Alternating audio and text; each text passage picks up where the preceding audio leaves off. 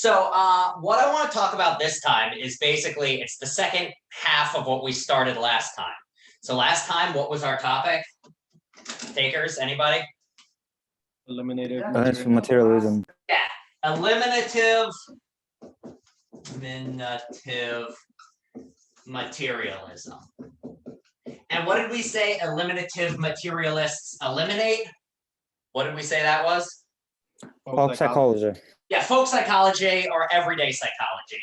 And instead, they are going to replace it. They say that if we want this to be real science, we're going to replace it with materialism, which just in this case means talking about physical stuff, which means brains. So brain science or neuroscience. So last time I realized I didn't actually, I kind of waved my hands and said that, well, eliminative materialists do not think that brain science is there yet. They think they're making strides. And I realized a lot of you might not know the neuroscience literature or know just how many breakthroughs there have been in neuroscience. So kind of what I want to do briefly is just talk about the things that people have learned about the brain, just a couple like choice tidbits, kind of just to put eliminative materialism on as strong of a footing as possible.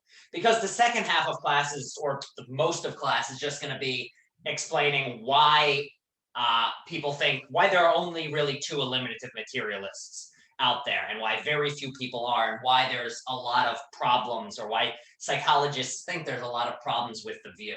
So, fun brain stuff. First off, there's all sorts of cool, anyone have any cool things they know about the brain that they just want to share? I have my like favorite little tidbits, but if anyone has their favorite little brain tidbits. And we'll come back to more later in class, but first off, here's your brain. It's basically, I don't know who decided it, but it gets broken up into 4 parts. There are 4 big lumps or lobes. Anyone know what this one at the front is called, out of curiosity? It's called the frontal lobe.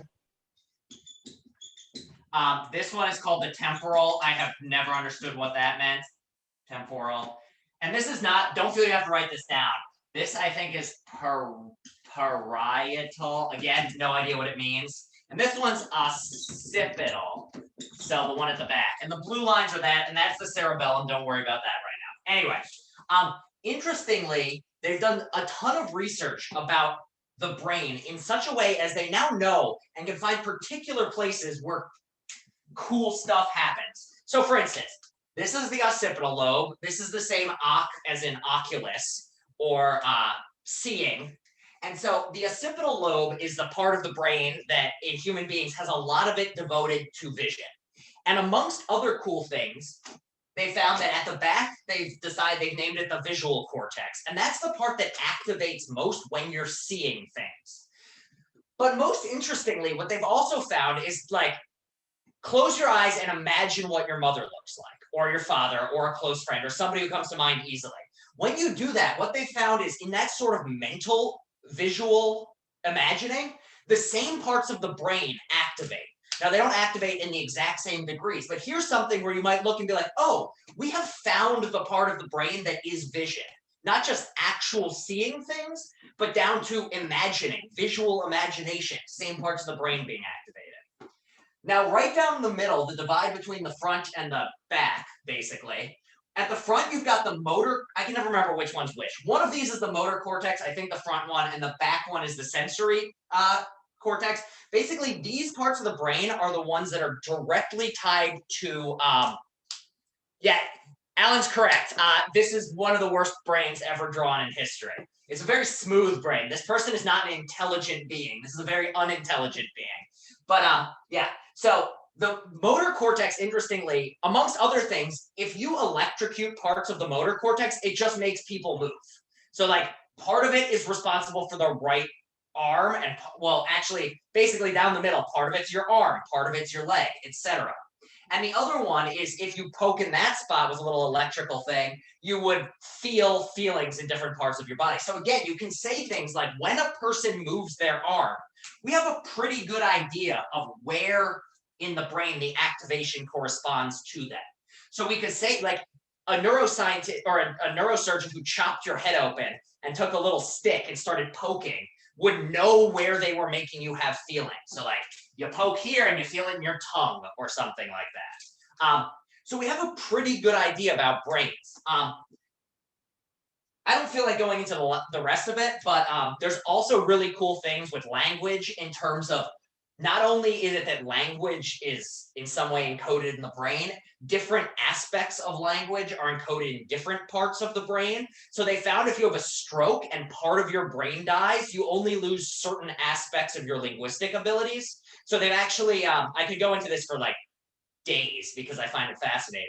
But they found, I can never remember which one's which. One of these is, names don't matter. One of these is Broca's area and the other is called Wernicke's area, named after some dead scientists. But basically what they found is if one of these is broken, you're still able to grasp meanings, but can't do like grammar. So if you want to say, if somebody asks you, what'd you do today? You would understand their question and be able to say something like, me walk or me eat, but you couldn't put it out in a sentence. The other one, though, you will have no idea what anyone is talking about, and you won't be able to use words correctly, but you will use perfectly grammatical like nonsense. So an actual case of this, let me pull this up because it's interesting. Where are you? Wernicke's area. There it is. So when they asked a person who had a stroke and it affected this part, the Wernicke's area of the brain. They asked them, what's the weather today? Their answer was,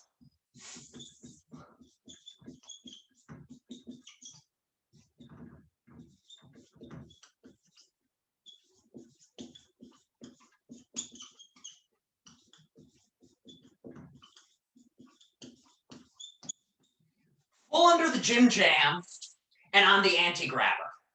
Now, this is a perfectly grammatical sentence. Like this is actually rather complicated. It's got prepositions and everything, but this is complete nonsense. So this person had no idea what the question was and could not frame a response, but could do the wrong thing perfectly grammatically. And again, it came down to which part of the brain it was. So it's not just like human, we've got the language part. Which part of the brain, Broca's is to the left. Thank you, Lena. So Broca's is the more forward one. Again, this doesn't matter, but basically what they found is literally down to which part of the brain is damaged affects which part of language.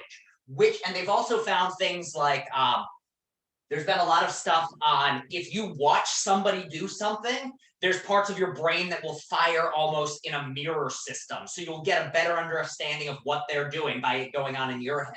So this is just like, when you start to hear this stuff, you can begin to understand why an eliminative materialist is feeling somewhat optimistic. Like we can pinpoint parts of the brain where things happen.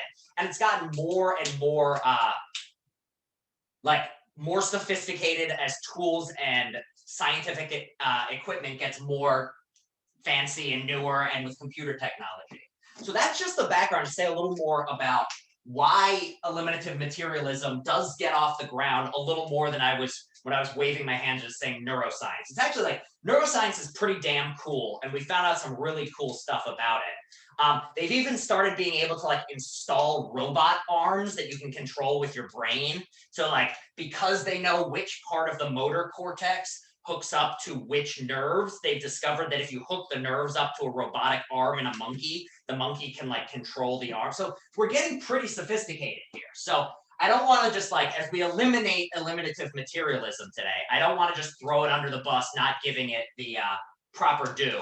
And also, if you ever want like just to learn cool stuff, just read some neuroscience. Like the things they're discovering are really cool, especially stuff on like brain damage and like where the brain damage happens and the effects it has on personality and mood and all sorts of other things. So that's my little background. 2 minutes on neuroscience, 5 minutes, 10 minutes on neuroscience. Any questions, comments, concerns, feelings, anything before I erase what is the most beautiful brain in human history? Anybody? All right. So that's eliminative materialism, and that's why eliminative materialists feel a little optimistic. Now what, for lack of a better term, I want to do for the rest of the class is just shit all over eliminative materialism. That's what we're going to be doing for the rest of class, is just talking about why, even though eliminative materialism has viewers or has proponents, and it has some things going for it, and we've got neuroscience, why very few psychologists want to eliminate the mind. And that's what we're going to do for the rest of class. All right, any questions, comments, concerns, feelings? Okay. So, first off, we need a little terminology. This is like, you know, when professors have to go up here and they give you like the terms, you got to learn them, and then you never use them again, but the professor feels obligated because it's it. Yeah, so we're going to do that with types and tokens.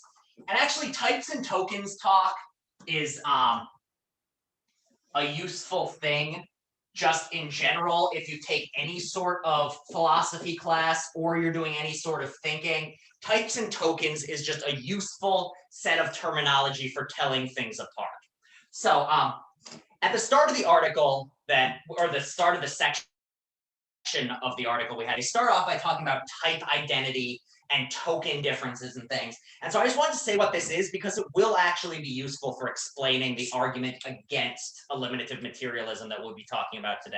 So first off, has anyone heard of this types and tokens talk? And it's got both of these don't mean like the things you get at the arcade. It's like a philosophical term of art. Anybody? All right. So here's the idea behind types and tokens. There are things in the world, there are individual things, and then there are entire classes of things.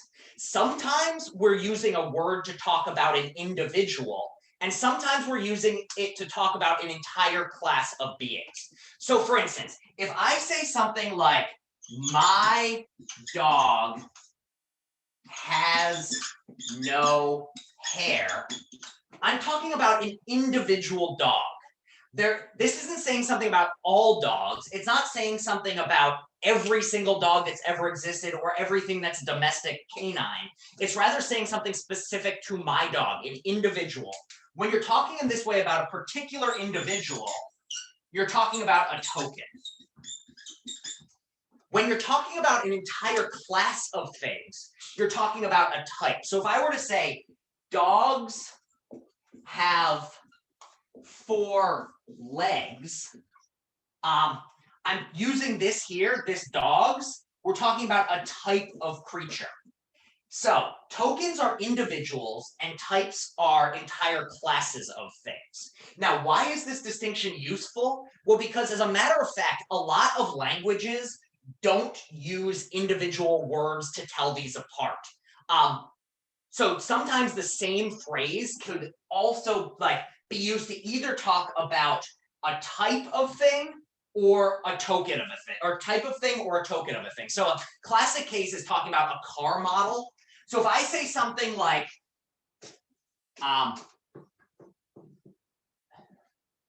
the Honda Civic is a good car. So if I say the Honda Civic is a good car, when I say this, it's not clear what I'm talking about. You can interpret this in 2 ways. We can imagine a case in which we're standing here and we're in my garage looking at my imagine I'm really rich and I have a 36 car garage, and one of the cars in my garage is the Honda Civic. I own one Honda Civic. I point at it and say, the Honda Civic, that's a good car. My 1945 Ford, that's a crappy car. So I'm talking about an individual Honda Civic. We could say the Honda Civic is gray. The Honda Civic is well maintained. The Honda Civic is whatever. Or you can imagine on a commercial, an advertiser saying, the Honda Civic is a good car. They're not talking about just one Honda Civic. They're talking about all the type of car, the Honda Civic. They're saying the Honda Civic gets better gas mileage than the Toyota Camry or something like that. So the reason it's useful to talk about types and tokens is that the things that are true of types are not necessarily true of tokens of that type. And things that are types are true of the whole type is not necessarily true of a token of that type. And this is useful because in science, when we're talking about the lion is a large cat. Well, if I'm talking about a baby lion, that's a false statement. It's quite small. But if I'm talking about the species, the lion, it's a true statement. And this is going to be this is going to come up when we turn to talking about understanding why things do what they do and what scientific explanations are trying to explain. And yeah, it seems like in most things, and especially with the in front of it in the English language, other languages are better about differentiating these, but because we're talking in English, as soon as you say the something or whatever's something, it starts to get unclear. Are you talking about an individual thing or a whole class of things? And again, the Honda Civic is Japanese. That's a true statement because it's designed in Japan. But my Honda Civic is not Japanese. My Honda Civic was built in the United States by a Japanese-owned company. So here's another way in which, like, the Honda Civic depends on whether you're talking about the type or a particular token. So does everyone understand that general difference between the two? Like what the difference between a type and a token is in general? Are there any questions here? So I do have a quick question. Does token identity always have to be like possessing, like my? No, so it can also be just anything that makes it clear that it's an individual thing. So like if I'm talking about the squirrel over there, and I say the squirrel has no tail, it's still talking about a particular squirrel because squirrels in general have tails. It's just my is one way of individuating that you're talking about a particular one. You can also think of it as a difference between like, it doesn't even have to be owned by anybody. It can even be a difference between like the time, like it's 5 o'clock, versus like time in general. Time is a type of scientific entity, or the type of thing that is time versus the particular instant it is now. Or you can talk about the hour is a useful measurement of time, but this hour sucks because I have class. In one case, you're talking about one versus the other. So no, it doesn't have to be. Long way of answering no. Professor, to be honest, I'm still confused. What is token according to example of Honda? Token is just a particular individual, a single thing. So in this case, let's go with one. Human being. I am a token human being. You are a token. Each of you is a token human being. It is somewhat related to a syntactic ambiguity, Holland. It's unclear whether it's syntactic or semantic and how you want to divide them, if I want to go all linguistic on it. But the basic idea is the difference between an individual thing. So like this is an individual marker. This marker right here. There are going to be things like I could destroy the Expo low odor marker.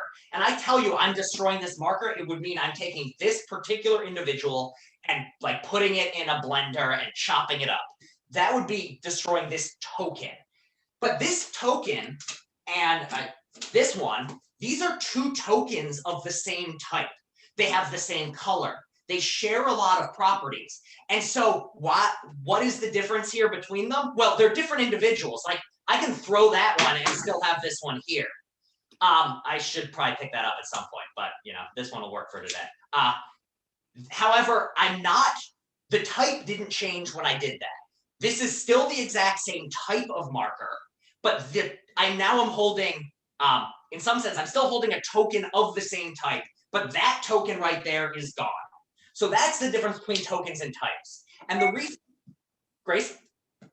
Oh, no, that's my computer. No. Oh, no worries, no worries. No, I just didn't want to cut you off. So that's the idea here is just think of a token as a particular individual. And another thing to think of is every token is entirely unique. No two tokens are going to be exactly the same because every individual is different. Now they might share, like both of these tokens are the same, the black, let me go get the other black one now that I've chucked it across the room. So these two tokens are tokens of the same colored marker, and they share a lot of properties, but they don't share all the exact same. For instance, they're in slightly different places in the universe. They also presumably have slightly different amounts of ink in them. So you can tell tokens apart, but tokens of the same type are going to share a lot of their properties, or there's a lot of things that are true of both of them. These two may have been made in the same factory. They were produced by the same company. So that's what we mean by a token. Another way to think of it is a token is an individual and a type is just a collection of individuals that share a lot of properties. Or you can think of them as an abstract entity over top of the properties. If you've done Plato, you can think of Plato's forms kind of like types. They're the things that all the things that are tokens of that type have in common. So for instance, these are two tokens of the same type black marker. They are, however, different tokens. Now, these ones are of the same type expo marker. So expo marker is a type that they share. They don't, however, they're not of the same color type. So you can carve them up differently, but basically just think of it, types are collections of tokens that share properties, and tokens are the particular individuals. Does that make sense? Does that make a little more sense? It's just think of, the easiest way is think of the difference between like one particular thing and everything that you can say that's true of that thing, and then think of collections of things that share properties. And the things that are going to be true of the individual marker, like it's in my right hand, aren't necessarily going to be true of every token of the type. However, some things will be true of every token of the type. And in that case, it's true of the whole type. So you'd say the type black marker, all its members are black. Like that would be a case in which you're talking about the whole type. If you're not following this entirely, that is okay. I just want to make sure that we have the general gist between the individual and the entire type of thing. So we doing okay? All right. Any last ones? If you want me to push ahead and then I can circle back if it doesn't make sense, but basically the reason why we're bringing up types and tokens is because which of these is more important in science? What are we concerned with in science? Are we concerned with particular individuals, or are we concerned with classes of individuals in general? Classes of individuals. In general, we're interested in classes of things. Biologists do not just biologists will study the domesticated dog, but no biologist has tried to give a perfect characterization of everything your dog does. I mean, they might say, well, your dog is interesting because it tells us something about dogs more generally, but there's not like a science of, I don't know, Fido.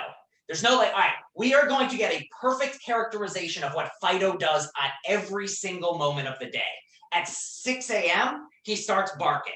At 6:04, he starts scratching the floor for food.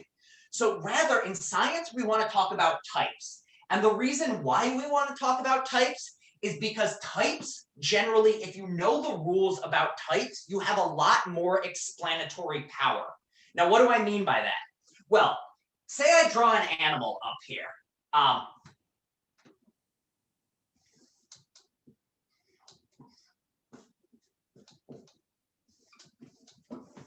It's going to be the same type of animals I drew last time. What is it? A really crappy deer? Yeah, it's a crappy deer. So this crappy deer that I drew, the interesting thing is, as soon as you learn this, you've never seen this particular deer before. You've never seen this token. But what do you know just by looking at it and knowing it's a deer? What are some things you know about the deer just in virtue of the fact that it's a deer? It's probably brown. It's probably going to be brown. So you probably know the color just by knowing this thing is a deer. What else do you know? The antlers, the long neck, the foreleg. Mm-hmm. Other things. Also, what would happen if you tried to pet this deer? It wouldn't let you even get Yeah, it would probably run away.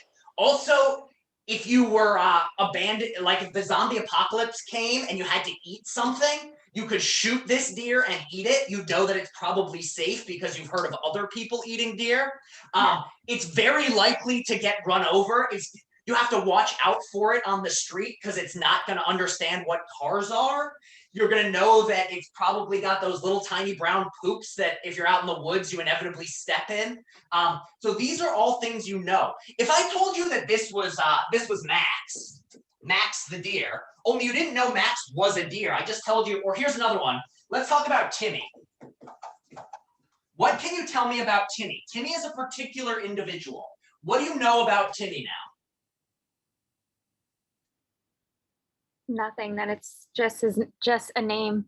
Yeah, it's just one particular individual, Timmy. You know nothing about Timmy. You can't learn anything about Timmy because all we know is that it's a particular token. The moment I tell you this is what Timmy looks like, you can begin to tell me a lot more things about Timmy. The turtle. Yeah, Timmy's a turtle. So what do you know about Timmy? Well, he probably swims around sometimes. Also, you could beat Timmy in a race. These are all things you know just because you've learned that what type of animal is Timmy? Timmy is a turtle. As soon as you learn Timmy's a turtle, you know all sorts of stuff. So when you're doing science, you want to explain things in terms of types because types have a lot of explanatory power. So for instance, geologists, what types of things are they interested in? Stones. Yeah, Rocks. but it's types of stones. It's not like they're only interested in giving you a perfect characterization of their own individual pet rock. Not interesting. Also, whoever invented the pet rock back in, I guess it was in like the 70s and 80s, is a genius. And like they made millions of dollars by painting faces on rocks and then selling them to people. Like that is true genius. Yeah, there's so many things where you find out like the person who invented them is just loaded now, and you're just like, why didn't I invent the Scrub Daddy or whatever other sorts of random little inventions there are? So that's why types are, yeah, the My Pillow guy. Oh my God, the My Pillow guy. Don't get me started on the My Pillow guy. All right, so that's why types are useful. In geology, we're interested in types of rocks and types of forces because then you can predict things. And even like you can put types within types. So if you know that gold is a mineral, a pure mineral, then you can, and because it's a pure mineral, it can melt. You might also then say, oh, silver, that's also a pure mineral. That's probably also going to melt. Well, any other sorts of things. That's why types are useful. So pulling things back to psychology. If we're talking about psychology and psychology wants to be a science, we're going to want to talk about types of behaviors and types of mental actions, or controlling types of classes of people. You're going to want to be able to say things like, make generalizations about if a human being is in this particular psychological state, then we can expect the human being to do this. If an animal is in this particular type of psychological state, you can expect the animal to do this. So what psychology is looking for are these type of explanations. So the way the book puts it, or the reading put it, is it seems possible for there to be individual organisms that can be in type identical mental states. Now, type identical mental states is really just a fancy way of saying it's possible for two individuals, two token organisms, to have token mental states that are of the same type. So we can imagine like in this head, this person is, I don't know, what are they doing? Walking.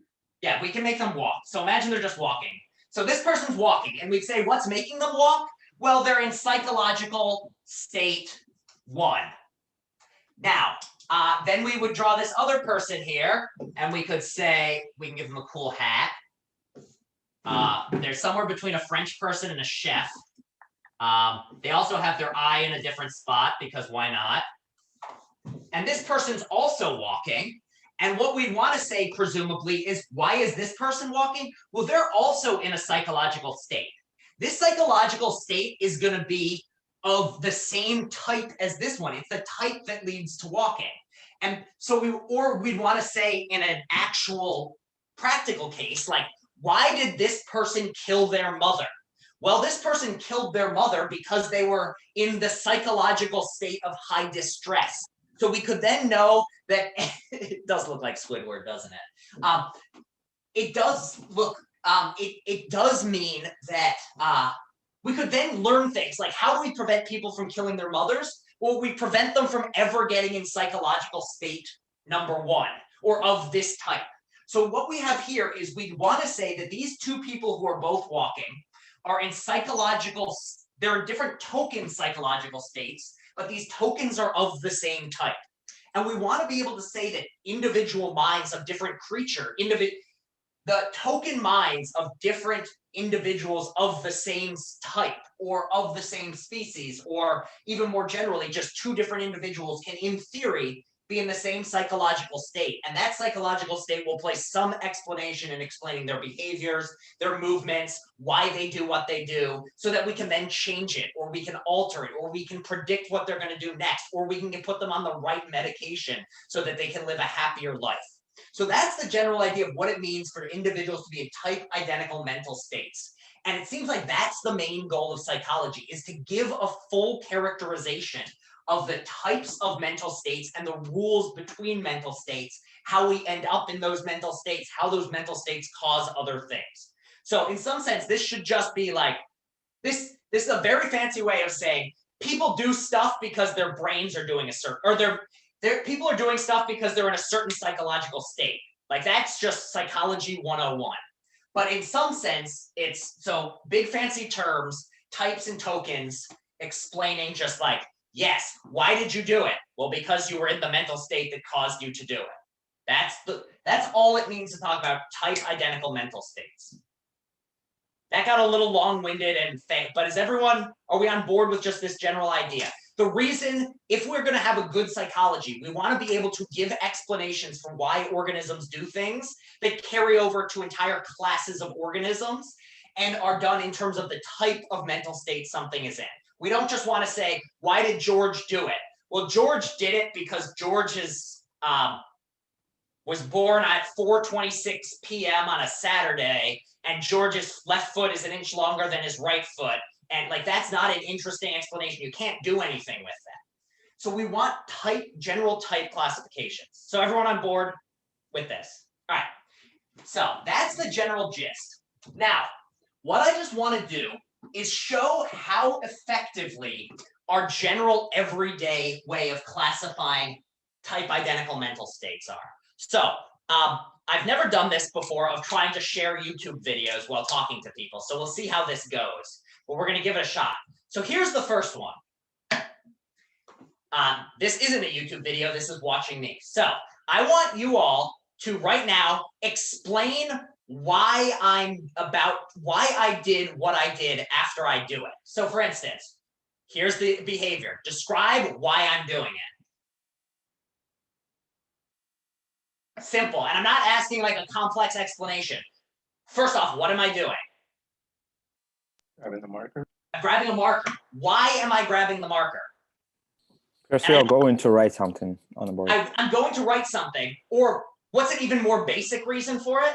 You wanted to do it. I want the marker. Sorry. I want marker. So I want the marker. This is a or let's just call it I want the thing. So in this case, why did I pick it up? I wanted the thing. That's all there is to it. And it looks like that's a very good explanation for why I did it. Now, watch these videos, and I want you to, in the same way, describe what the creature or individual is doing and explain why they're doing it. So let's see if we can get this to work. One. No, that's not what I wanted to do. I want to share this. All right. Is this sharing? Is there a picture of a baby? Yes. Yeah. So let's see if I can see this. Watch the little. Use that? Sandy said no. So watch the girl on the left. What is she doing? She's trying to grab the curling roller. Yeah, she's trying to grab whatever stupid purple thing that little kid has. She's trying to grab the stupid purple thing. Why is she trying to grab the stupid purple thing? Because she wants it. She wants the stupid purple thing. Baby wants the purple thing. Or in this case, again, the thing. Now, another video. This one's more entertaining, if I can get the screen to shut off. Okay, stop sharing. This one is called Funny Monkeys Stealing Things from People. Share screen. All right, is it up? Okay. Make sure it works. Come on.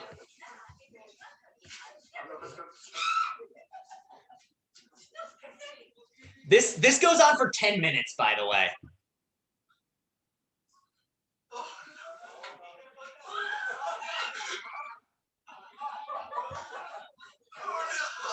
All right, that's enough.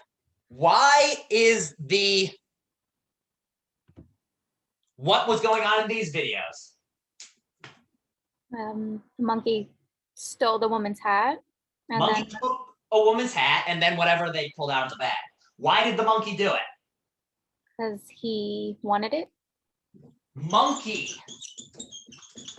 wants the thing. One more. One more. See if I can get to the right part of. This is actually a two-part one. Let's see if I can get to the right part of the video. Okay. Share. There's two things, both of whom engage in a similar behavior. And again, I just want you to say what it is and describe why they're doing what they're doing. Put that down. Hey, dinner.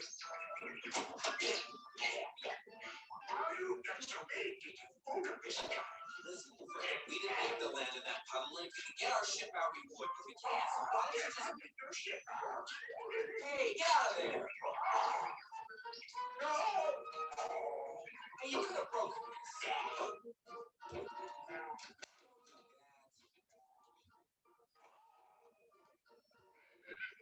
All right, that's the first behavior I want you to pay close attention to. Here's the second one. I don't want your help. I want my land back. I'm gonna need it to get out of this slimy mud hole. Mud hole? Slimy mud hole? This is.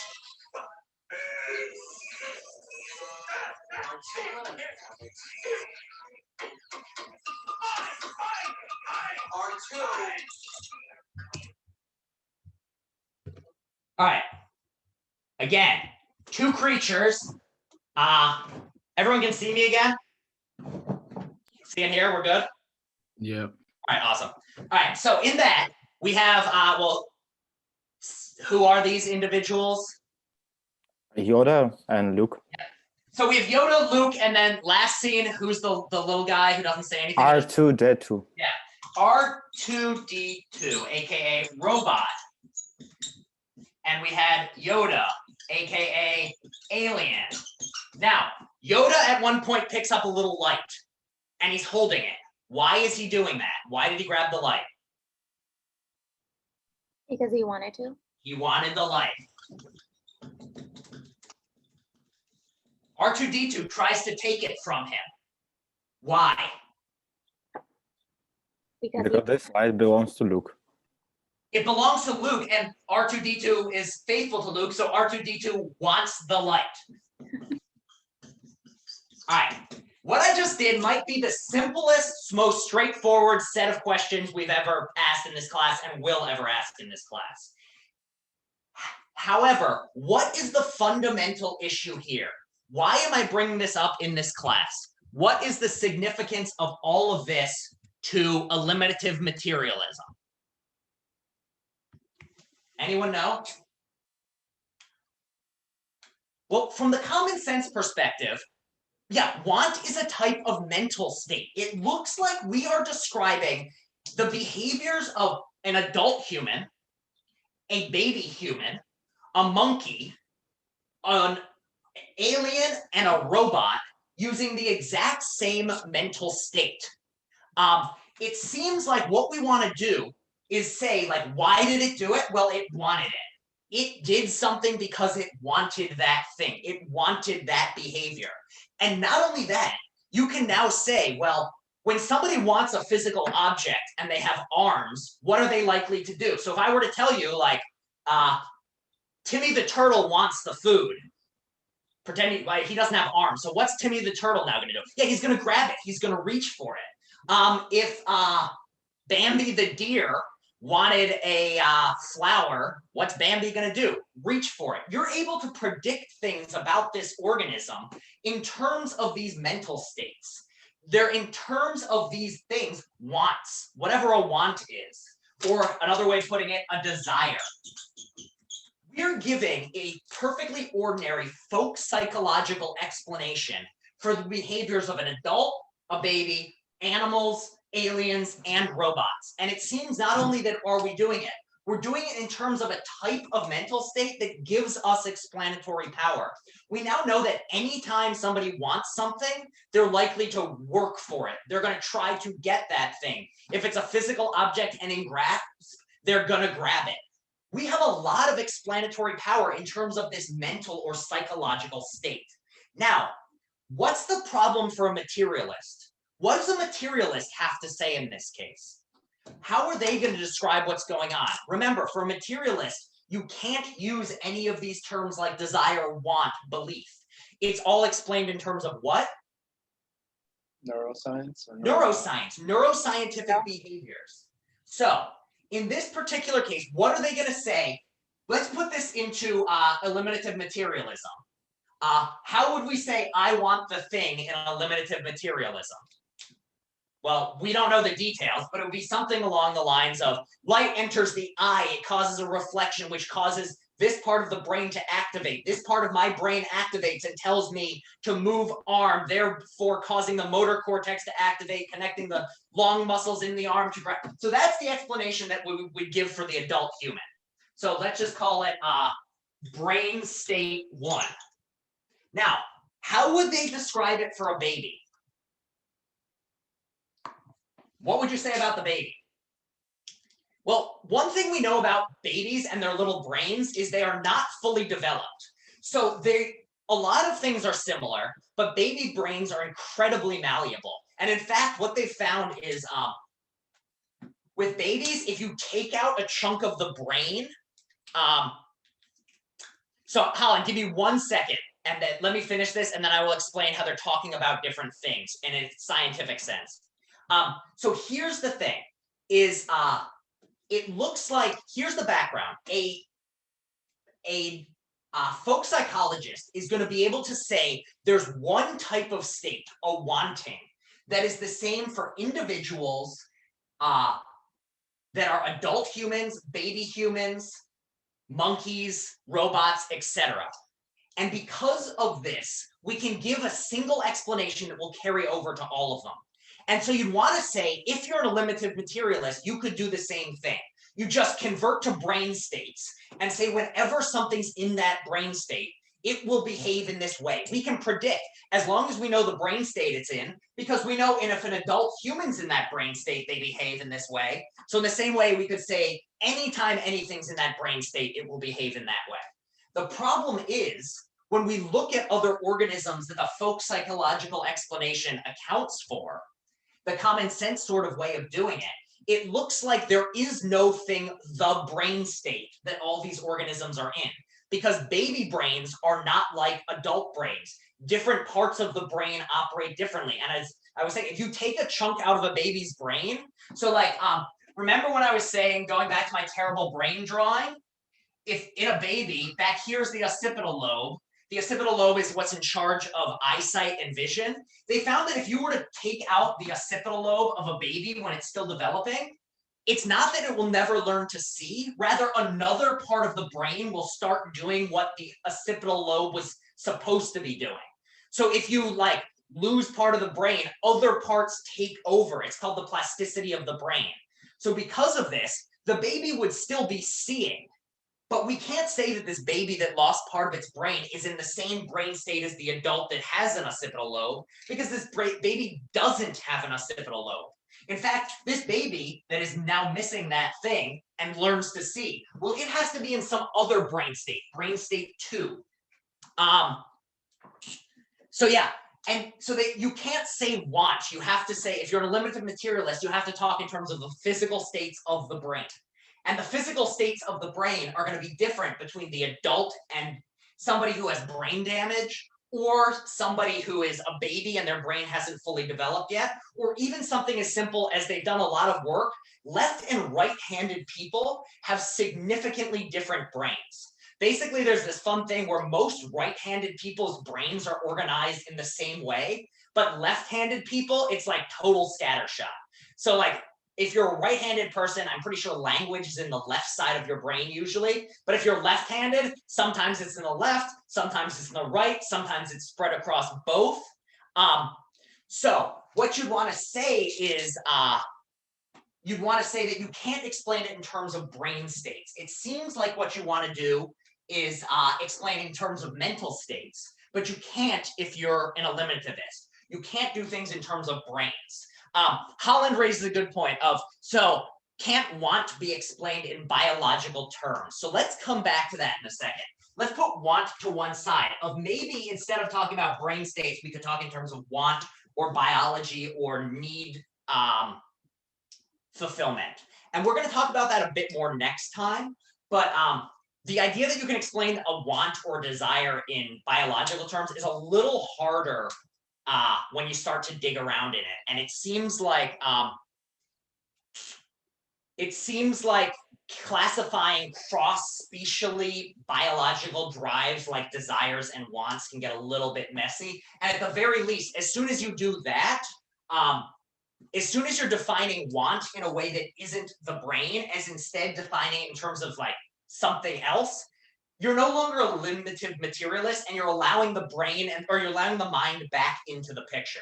So just to like paint where we are, the materialists are saying that we want science to be as law-like and real as, or psychology to be as law-like and real as any other sort of science. And to do that, we need to use the thing that is most able to be studied scientifically with measurements. We can't deal with things like wants and needs that we have no understanding of and you can't see. Let's go with stuff we see and can measure. Now the psychologist is going to, or the cognitive psychologist is going to respond back and say, okay, I'm willing to grant you that it would be great if we could characterize behavior and understand organisms in terms of brain states. But even if we stay within the human species, we start to run into this problem of what we in our everyday life and getting around in the world call a want or desire. We can't explain that in terms of simple brain states because different individuals at different points in their lives are going to activate a want differently in their brain. So how do psychologists in cognitive neuroscience subfield view mental states? So here's a great, this is like a fundamental question of how psychology and neuroscience get along. And there's a bit of a like turf war, and it's more a matter of psychologists just, often what happens is psychologists do psychology and ignore the brain science, and the brain scientists do brain science and ignore the psychology, and then they get together and often insult each other and say what you're doing is stupid. I mean, that's a major caricatured version of it, but this can happen where, and it's very rare that experts in the one always go over to the other. So the idea is supposed to be the cognitive psychologists understand that at some level, brain stuff has to be understood, but they do not think that you really need to understand the brain science inside and out to understand the psychology of it, because psychological terms have to be understood in a slightly different way. All right, I just lost my train of thought. Are people on board with just like the first issue though? Is common sense says there's something the baby's doing, it's wanting something. There's something the adult's doing, it's wanting something. Therefore, we have this psychological state, wanting, and our job is to just define this in a way that it captures both the babies and the adults. Because if we want to explain behavior in organisms, we want to be able to say that this baby and this adult are in the same psychological state. But you can't substitute brain states for psychological states and still capture that, because individual organisms have very different brains, or individual humans have different brains. And the problem gets even worse as soon as we move down even farther. So monkey brains are somewhat like human brains, but they're missing a lot of the same things. And once you go further down the food chain, like dog brains are again significantly different, and fish brains are even more different. And then once you start getting into things like crabs and lobsters, it's a very different brain system. And yet in each of these cases, we want to say, psychologically speaking, at least for the higher organisms, that they are capable of having desires and wants. Like, why does your dog get really, really excited at 5 p.m.? Well, it wants dinner. But the brain state the dog is going to be in is going to be a significantly different brain state than the one you would be in when you want dinner. So it seems like we've got this brain state 3 that the dog is in. Now, Yoda, what is in Yoda's head? Well, we've never chopped him open. He's a puppet and he's fictional. But if he were real, If I were real, I mean, I've spent 30 years on Dagobah without wonderful snacks. Of course, the first thing that he's trying to do is like to steal Luke's snacks, right? And like we want to, like Yoda's behavior makes total sense in the context of the movie. He's a little alien who's been living in a swamp for years. He wants fun things that he hasn't had in a long. Like if you were trapped in a swamp for 30 years, you'd want some cool snacks too. But we can't explain it in terms of the brain states, because whatever Yoda is, his brain is presumably very different from our brains.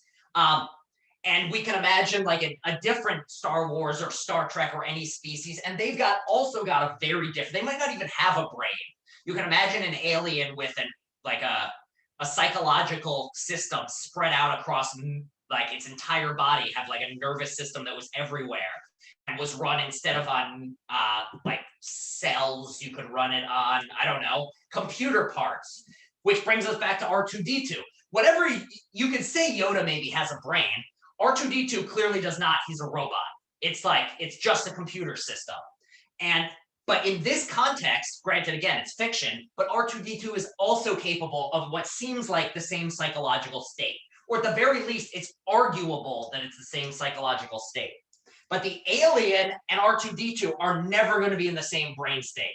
R2 is going to be in the same software state 1, and Yoda is going to be in question mark state 1. So what we have here then is that cognitive neuroscientists or eliminative materialists who are drawn towards neuroscience want to say that we can get rid of the mental states and still explain behaviors, if anything, more scientifically. The cognitive psychologist's response is, no, you can't.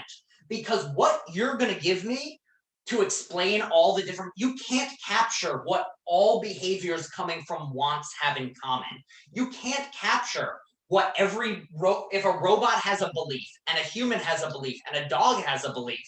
It seems like we want to be able to say that all of these things are in the same mental state, and we have to find a way to characterize mental states such that they are the same for all these creatures, because treating them as being in the same mental state gives us a lot of explanatory power. When we know something wants dinner, we know how it's going to behave, regardless of whether it's a human or a dog or a cat or a catfish or a robot that has to eat. But if I just tell you brain state, yada, yada, yada, what ends up happening is it seems like instead of having a type explanation, all you can end up ultimately giving is an account of a particular token. Neuroscience can tell you what token brain state leads to hunger for an individual at a certain time. But that's not what we want. Like, I don't care what like part of your brain activates at 6 p.m. on a Friday when you're hungry. Like, that's not useful information.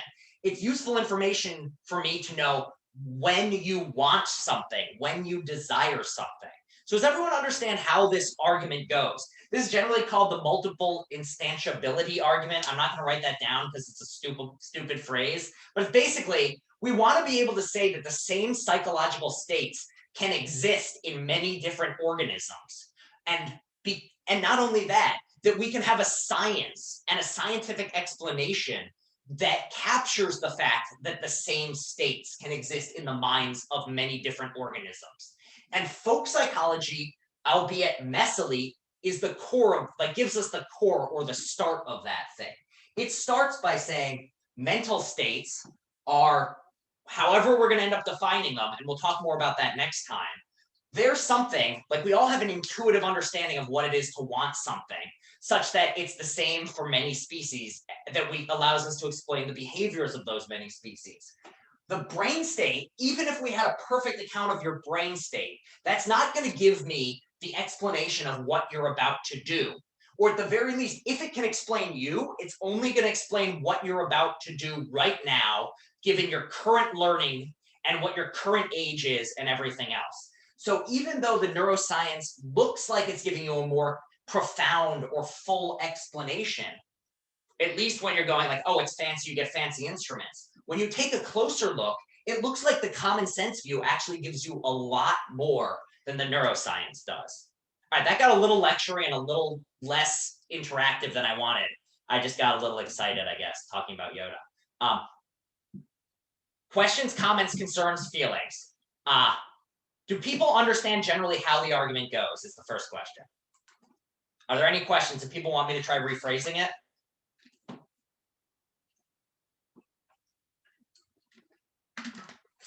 So Holland says, this doesn't mean it's correct, it just explains more. So in a certain sense, you're right. And this kind of gets to the core of all science and really all knowledge, period, which is there's this strange thing, which is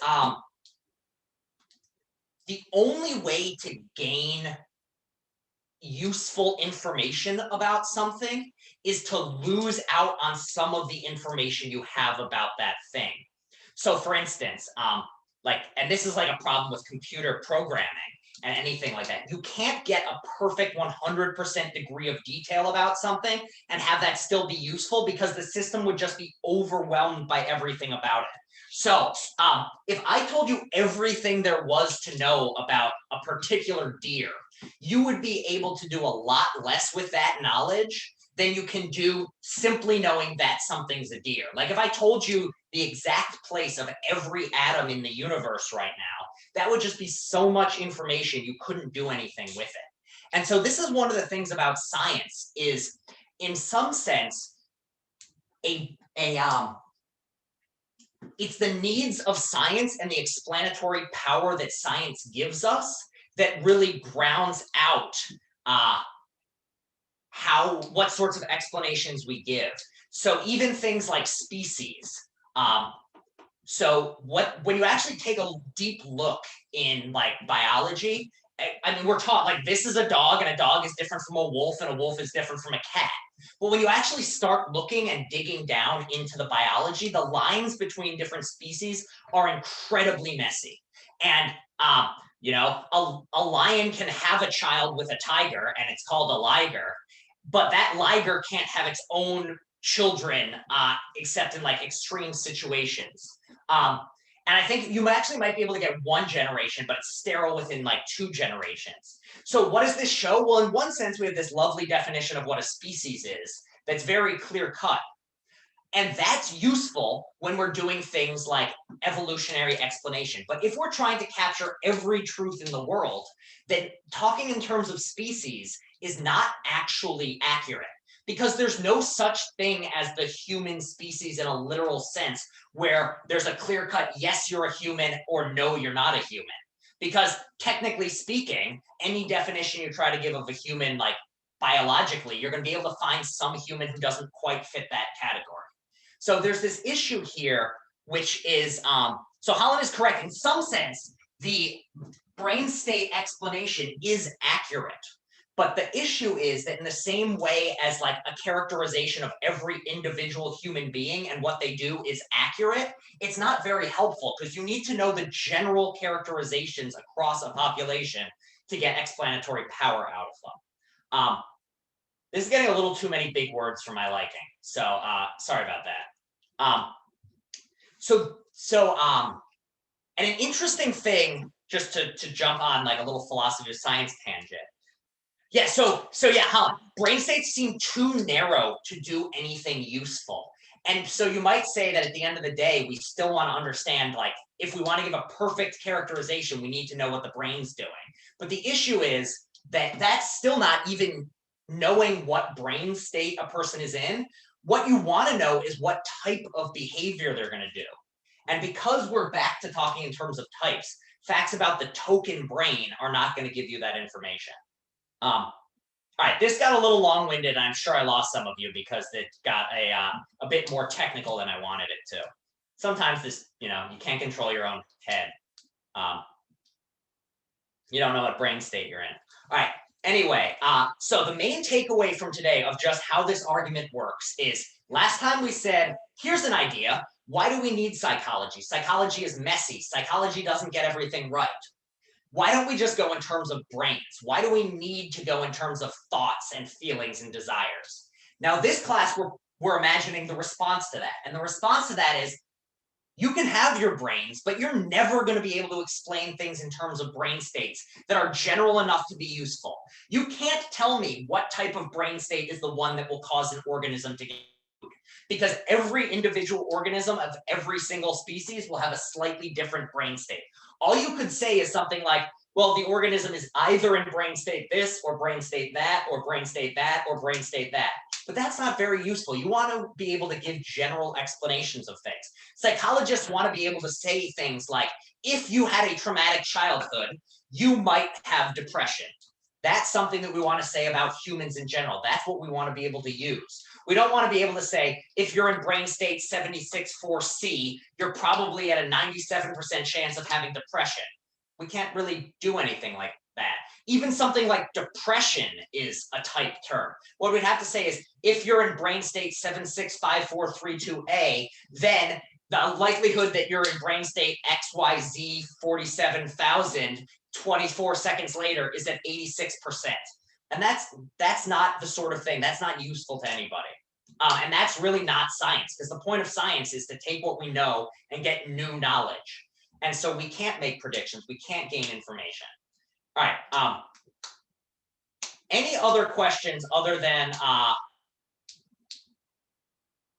no, any other questions? All right, if there are no more questions, my first thing is, sorry I got a little long-winded, and for those of you who dropped out, don't worry about it. I'm sure that, there's more interesting things in the world than me lecturing a little bit too much. So hopefully next time I will keep it a bit more reined in. If you missed anything and want to watch it later, this is being recorded. Otherwise, I don't see you for a week because President's Day, aka Washington's birthday, not to be confused with Lincoln's birthday, which is on Friday, which you also get off for. So if anyone has any questions and they want to shoot me an email, feel free. Thank you all for the great questions today. Do you have an assignment due? Enjoy your weekend. That's going to be your assignment for this weekend. Just enjoy your weekend. So any other last questions? Can you get an extension on that? I don't have that power, unfortunately, Alan. I wish I did. But I mean, I guess technically, yes, you do, because I'm not going to be taking attendance. So just like skip class, and I guess that's your extension on your long weekend.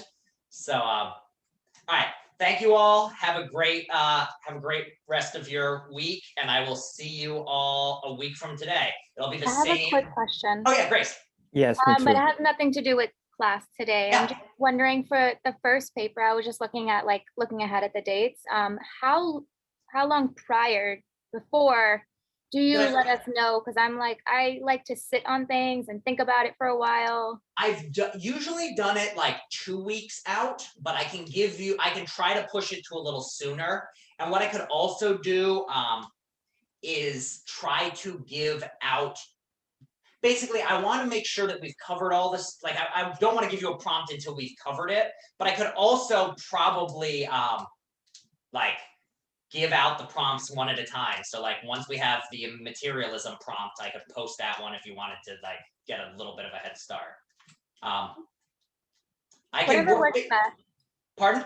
Whatever works best. Well, here's the thing, it's a hard enough semester. I don't want you all like not having enough time, but also I want to make sure that we've covered stuff. So ask me again next class, because I need to put a little more thought into how far ahead I could, in theory, get it done. Because honestly, if I got them done sooner, that'd be good for me too. But okay. All right. Okay, cool. Thank you. Absolutely. Any other I'm gonna stop the recording, but if anyone has any other questions you want to ask. Yes, Professor. Actually, I have a question.